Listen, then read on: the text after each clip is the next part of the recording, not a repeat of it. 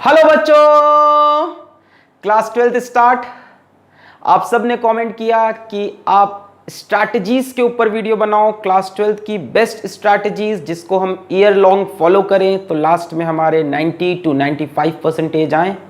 और वो वीडियो लेकर हम आ गए। पहले से एक डिस्क्लेमर दे दें कि इस वीडियो में सिर्फ और सिर्फ क्लास 12th की बोर्ड की बातें होंगी, कंपटीशन की, आईआईटी की, नीट की कोई बात नहीं होगी, तो इस बारे में आप कमेंट नहीं करिएगा। चलिए स्टार्ट करते हैं। सबसे पहला पॉइंट है कि सिलेबस का print out now. Now means अभी अभी अभी।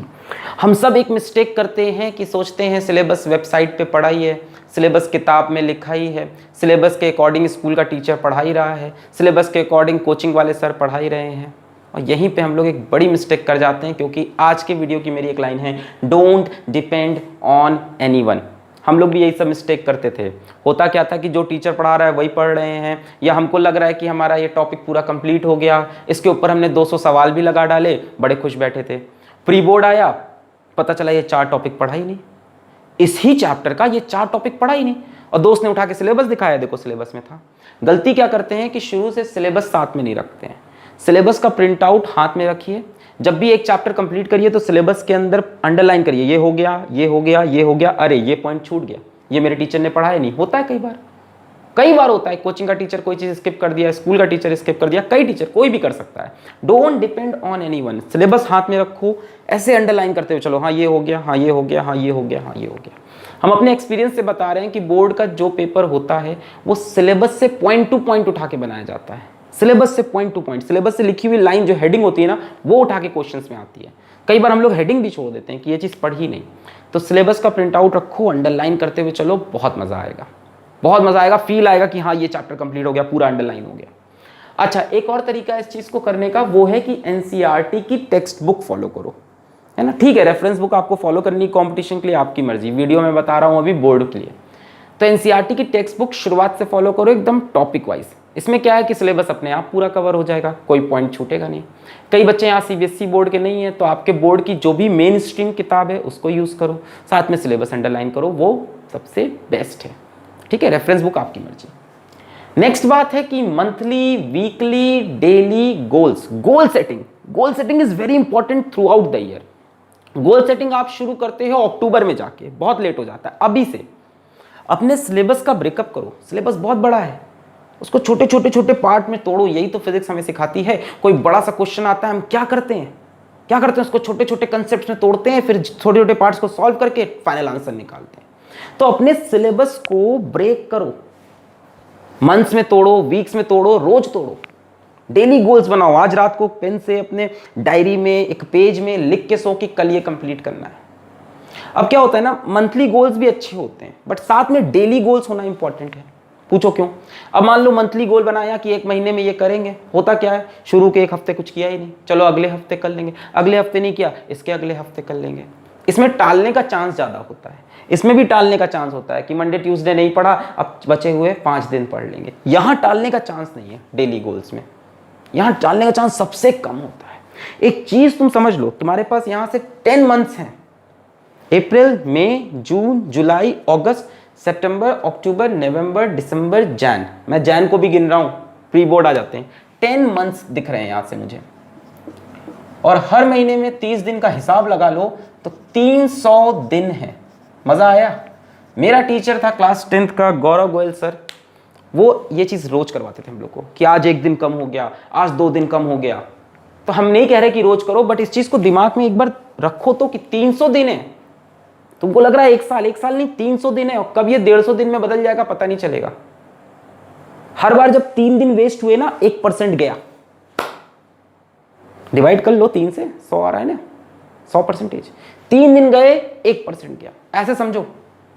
तो आप सोच रहे हो ना अगले महीने से पढ़ेंगे, 30 दिन चले गए, 10% चला गया। इस चीज को फील करो, सिलेबस को ब्रेक करो, अपने गोल्स बनाओ, अपनी डायरी में लिखो। जैसे मान लो किसी आपके सब्जेक्ट में 20 चैप्टर हैं, तो आप उसको ब्रेक करो कि 2-2 चैप्टर पर मंथ करने हैं। Don't depend on anyone. Coaching में जैसे चल रहा है वैसे नहीं, अपना टारगेट बनाना है। Next is very very very very very important. गांठ बांध के लिख लो ये बात भाई साहब, यहां से नंबर आते ही आते हैं। ठीक है, teaching experience, previous year paper, board के प्रीवियस ईयर पेपर खरीद लो, चैप्टर वाइज खरीद लो और शुरुआत में खरीद लो। बच्चे पहुंचते हैं ये खरीदने नवंबर में। एक चैप्टर आपने पढ़ा, फिजिक्स हो, केमिस्ट्री हो, मैथ्स हो, एक चैप्टर आपने पढ़ा, कंप्लीट हो गया। अब उसके प्रीवियस ईयर में जितने भी सवाल आए हैं सब लगा डालो, और वो तभी लगा पाओगे जब चैप्टर वाइज वाली किताब होगी। वैसी किताब ना हो जिसमें 96 का पेपर दिया है, 2006 का पेपर दिया है, 2015 का पेपर दिया, अब उसमें धूड़ है बैठ के कि ये किस चैप्टर से आया। नहीं, चैप्टर वाइज किताब खरीद लीजिए जिसमें एक एक चैप्टर से कितने सवाल आए हैं आपको मिल जाए। अब उसी चैप्टर के, जैसे मान लो आपने इलेक्ट्रिक चार्जेस एंड फील्ड के आपने 100-150 सवाल लगा लिए और आपने बोर्ड के प्रीवियस ईयर के सवाल नहीं लगाए, क्या फायदा। कब लगा रहे हैं? बैठ के दिसंबर में लगा रहे हैं। देखो बोर्ड में एक चीज बड़ी कॉमन है कि प्रीवियस ईयर के क्वेश्चन का रिपीट होना या उसके सिमिलर क्वेश्चन का रिपीट होना। लिमिटेड क्वेश्चन है बोर्ड वालों के पास, लिमिटेड क्वेश्चन। तुम पिछले 20 साल का पेपर उठा लो, अपने आप तुम्हारे 70 में से 50 नंबर कंफर्म। तो बहुत इंपॉर्टेंट है कि प्रीवियस ईयर क्वेश्चन सॉल्व करो। लैंग्वेज चेंज करके आ जाता है, this is the one of the most important thing. और ये बच्चे बहुत लास्ट में करते हैं और टीचर्स भी नहीं फॉलो कराते, बहुत लास्ट में करते हैं। So this you have to do from the beginning if you are preparing for your board examination. तो शुरू से ये चीज करते हुए चलो। चैप्टर खत्म हुआ, साथ में सवाल लगा लो, तुम्हें कॉन्फिडेंस आएगा कि हाँ इसके मैंने प्रीवियस ईयर सवाल लगा रखे हैं। इवन तो फर्स्ट टर्म में भी क्वेश्चन यहाँ से मिलेंगे, first term, second term, mid terms. Next is your own proper notes.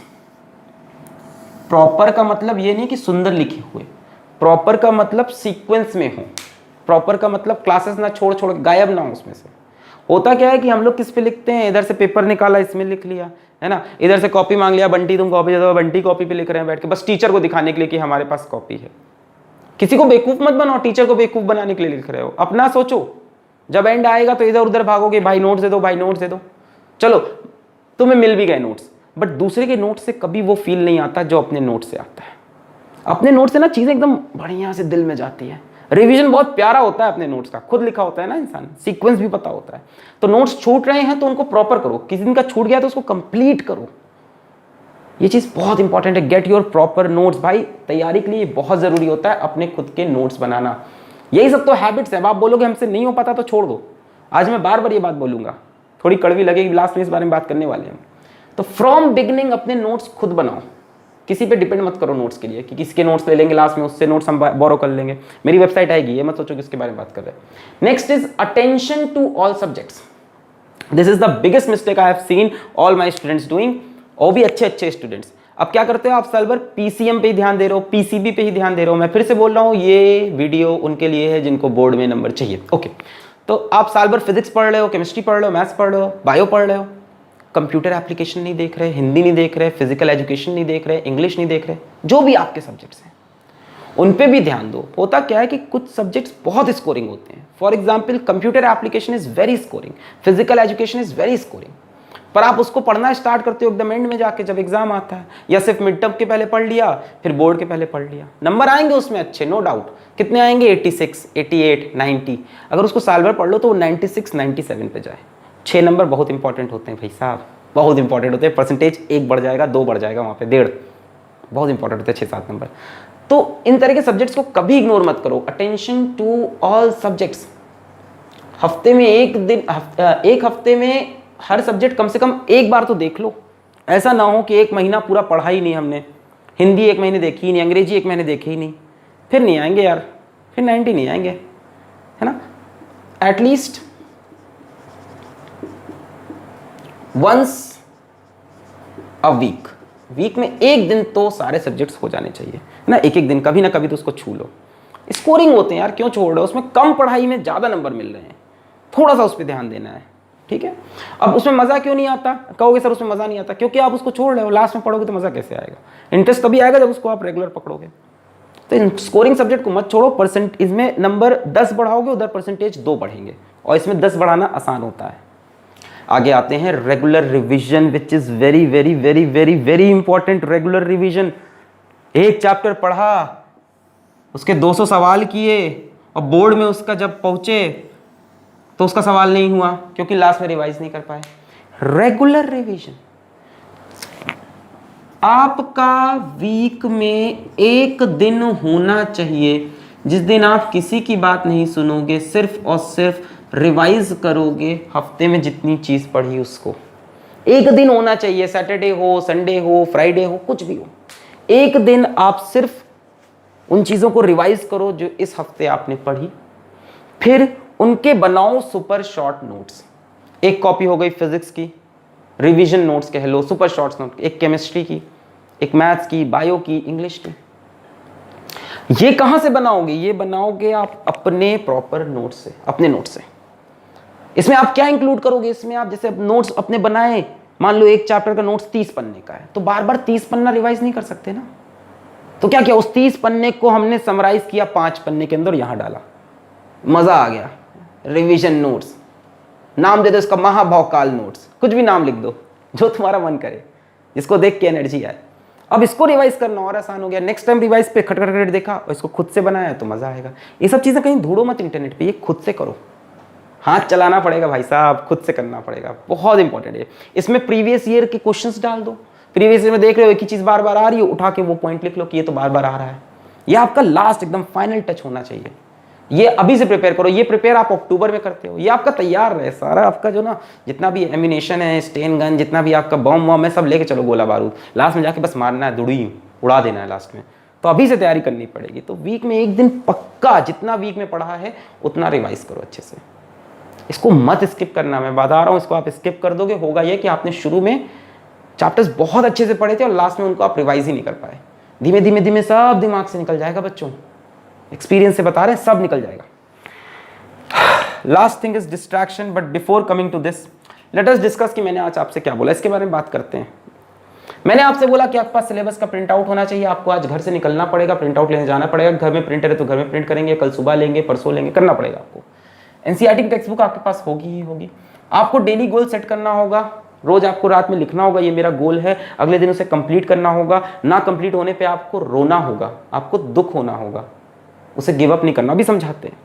Previous year के पेपर आपको खरीद के लाने पड़ेंगे। आलस में आप नहीं बैठेंगे कि इसको हम अक्टूबर में खरीदेंगे, नवंबर में खरीदेंगे, अभी नहीं, लास्ट में किया जाएगा। नहीं, फ्रॉम बिगिनिंग जो करना है आज कर, कल का कोई भरोसा नहीं। अपने नोट्स बनाना स्टार्ट करेंगे शुरू से और इस पर ध्यान देंगे, जहां छूटेगा खुद को डांटेंगे और फिर सही करेंगे।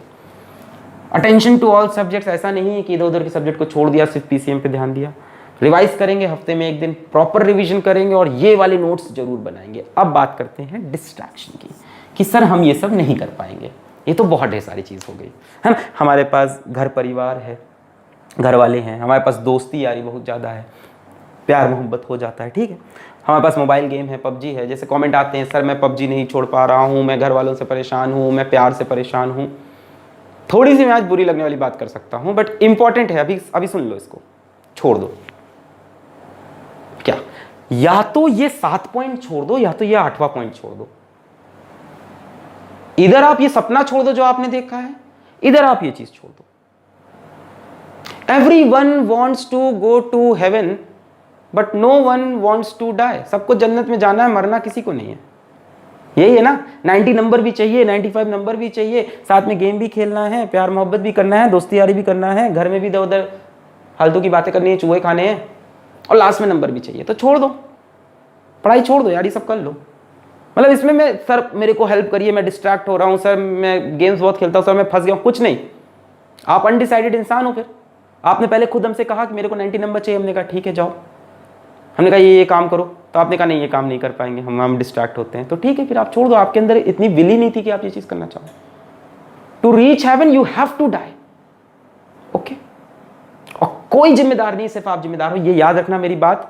यही बात हम लोग मार्च और अप्रैल में नेक्स्ट ईयर कर रहे होंगे। आप रिस्पॉन्सिबल हो गए इस साल, जो भी हुआ कोई रिस्पॉन्सिबल नहीं इसके लिए। Don't depend on anyone. दुनिया जैसी चल रही थी वैसी ही चलेगी, एक आप ही होगे जिसका नुकसान या फायदा होगा। लास्ट में मैं इंक्लूड कर दूं कि नंबर लाइफ में सब कुछ नहीं होते, पर आपने वीडियो पे खुद क्लिक किया था, आपने पूछा था कि 90-95 नंबर कैसे आए, तो मैं बता रहा हूं क्योंकि मैं टीचर हूं, मेरी ये जॉब है, क्योंकि हम बच्चों को ऐसे गाइड करते हैं। थोड़ा सा हार्श हुआ लास्ट में, बट वही सच्चाई थी। हमेशा प्यारी प्यारी बातें करना सही नहीं है, आपको सच्चाई बताना भी मेरी रिस्पॉन्सिबिलिटी है। You all are like my small brothers. बच्चे हो प्यारे तो जरूरी है आपको सच्चाई बताना। तो पढ़ाई करते रहें, ऑल द वेरी बेस्ट।